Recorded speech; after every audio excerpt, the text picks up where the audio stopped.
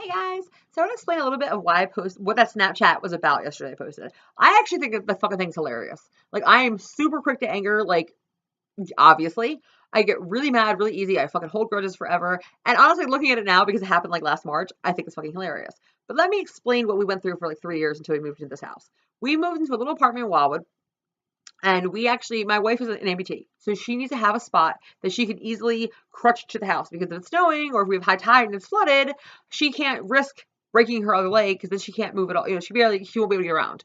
She has a wheelchair, but she can't use wheelchairs in fucking snow and ice. So when we first even saw the apartment, we even told them like we said like, hey, is there appropriate parking? Because if not, we need to know now because I explained. And he's like, oh yeah, no problem. You can have my spot. So basically, there's two spots in front of the house that are actually metered spots, and then there's one spot that was once a driveway. You can see the sidewalks here, it's like a driveway like this, and everything else is grass. Like there's no actual like cement on the driveway, but nobody can really park there. It's not a real spot unless you have the landlord's permission. So I was like, all right, cool. So we parked there. Then we start parking there, and we had people basically how everything Wildwood set up is everything's just on top of each other, like because they want to fit as much houses in the smaller area as possible to make that bank. Because we paid $900 for like basically a basement apartment. Like there was not even any light in it. It was 2 in the afternoon or 2 in the morning. It was the same freaking tone everywhere. So basically, we had a house that was separated into apartments. We had the bottom floor, which was us, and then the top floor was a mom and two daughters, like a little like Spanish family. I don't even remember their names, but I know the mom's name was Jackie. So I might be calling her Jackie. There you go. Behind that was another house. So it was like our house, and then right behind it was another house. And it was all considered the same address, besides like front, top and B, and they were drunkies. They were massive drunks. The guy got drunk constantly. I'm pretty sure it was abusive. I don't really know, but whatever. He was a fucking asshole. He's still a fucking asshole. Anyway, so we had a lot of issues in our time living there. The minute we moved in and we parked into the spot that we were told we could park in, it was World War fucking III. We were cussed out. We were screamed at for a few times, but only if I approached them first. They would never say a word to my face, but they would just talk. And Shannon is one of the most chill people in the world. It takes a lot for Shannon to get mad. It does not take a lot for me to get mad. So usually I have Shannon handle most things. Even Tim, after a while was even like, "Can Debbie just stay inside?" And I was like, "Bitch, fucking pussy." Like, so we went through like World War fucking III. Like because of that damn spot, they kept fighting with us. Like and basically like Shannon's truck would be here, and he would park his car like the drunkie would park his car like right here. And it's like I can't leave the house now because there's a car parked here as well.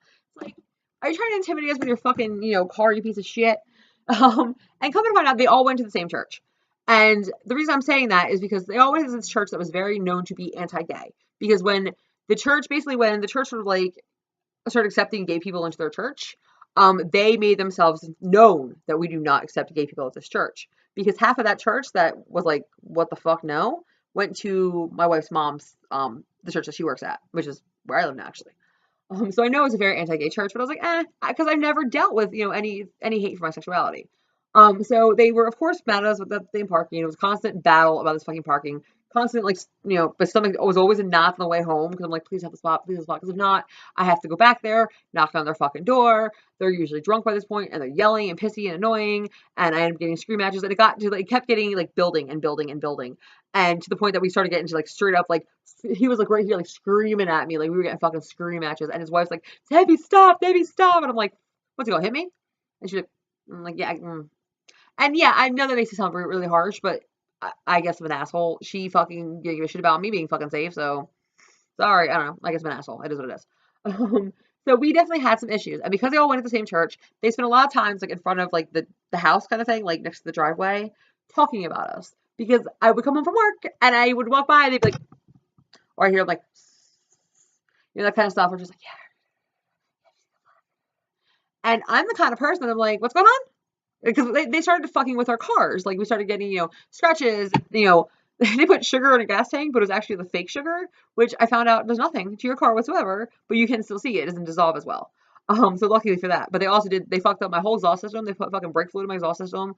Oh, just fucking ordeal. They fucked with everything constantly. We're always fucking with our cars. They're always fucking with everything. We're always pulling shit out of our fucking, the front yard, because we had this little because basically you don't have a yard in Wildwood. We had just a little garden thing, and after the garden was pretty much just street and that's it. So we had like little decorations there, and like Shannon set up a little thing so she could sit down.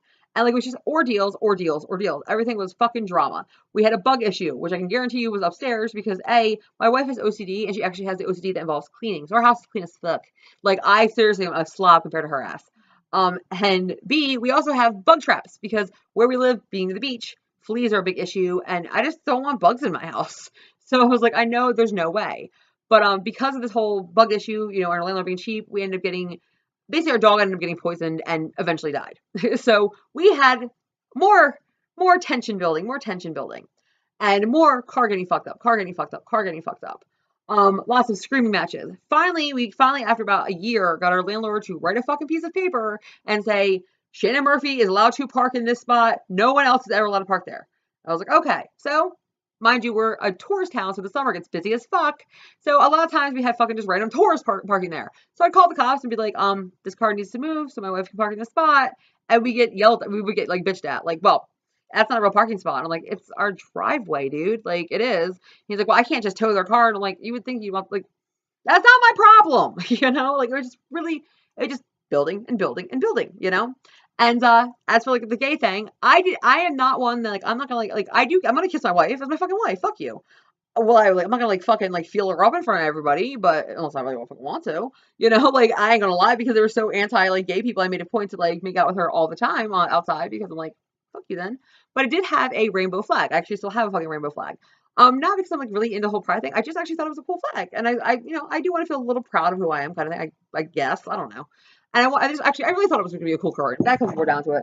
I just thought it was going to be like a really awesome fucking curtain. And at first, I wanted to take it and put it like out in front of our house because our neighbors were so hateful and hated the fact that we were gay that I was like, oh, this will piss you off.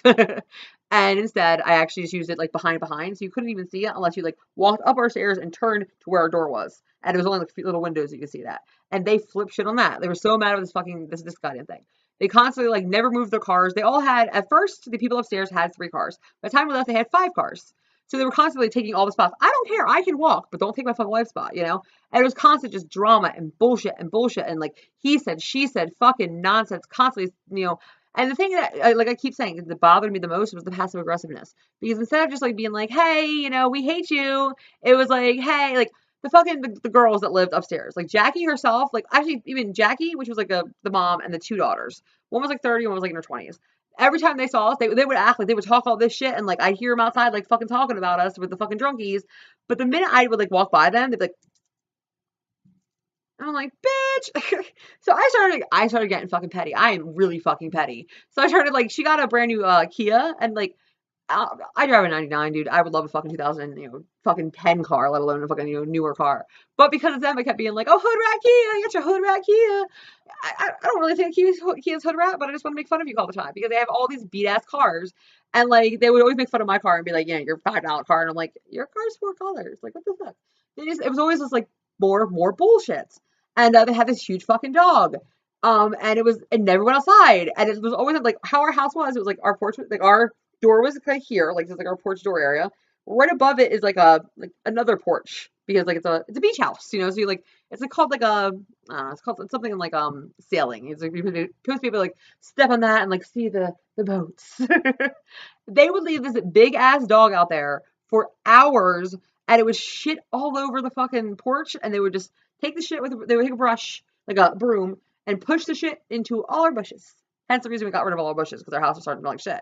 But everybody who walked by our house, or like every time we went home, we had this huge ass dog barking at us, and this thing was vicious. I already had 2 bites on record, so one more bite, it was gone. And I'm sorry, that's 100% how it's raised, in my personal opinion. This lady actually found out works at the SPCA, so I'm like, wow, I wanted to call the SPCA on you, but apparently you work on it, so fuck it. But yeah, like she would like, I would take my dog out, and she would make a point because I have 2 little like, I do see small dogs. I would go to take my dogs out, and she would all of a sudden have to take her dog out and act like she can't hold it on the leash and stuff. And I'm like, bitch, we got in a fucking fight when our dog got poisoned, when our old dog that passed away got poisoned. We got in another huge fight. They followed us around town because we would go for walks every night with our dogs because we had a backyard. Well, we had a backyard, but we weren't allowed to pretty much go back there without getting in fights with the fucking drunks. So we would just go for walks all the time, you know? And they followed us around with the dog, and I kept sort of being like, hey guys, hey boo hey, just starting shit, because I'm fucking petty, and again, nothing to say. always nothing to say unless we're not around them. Like, it was just so fucking ridiculous. So it got to a point that we realized that we're gonna have to buy cameras. So at first we actually bought, like, I have a cheap, I have like a little GoPro, and like I actually bought, it was for like baby monitors. It was like a camera baby monitor. I just put it in the window and I put like signs like "Smile, you're on camera," thinking that would sort of like help things, but I guess they were cameras. So we finally had to go out and spend $300 fucking dollars for our, you know, basement little small ass apartment to get cameras, because that was the only way we were able to get the stop. Because honestly, at first, like, we tried other tactics. Like, Shannon wrote this big sign that says, "My neighbors don't care about disabled people." Put it in her truck window and had arrows pointing to both of the cars, because that's pretty much what they're doing. They're making sure that we could not comfortably come into our house, comfortably park, comfortably feel like we'll be able to park into our, like, you know, park safely and get to our home like regular people, you know? So it was just a lot of fucking tension.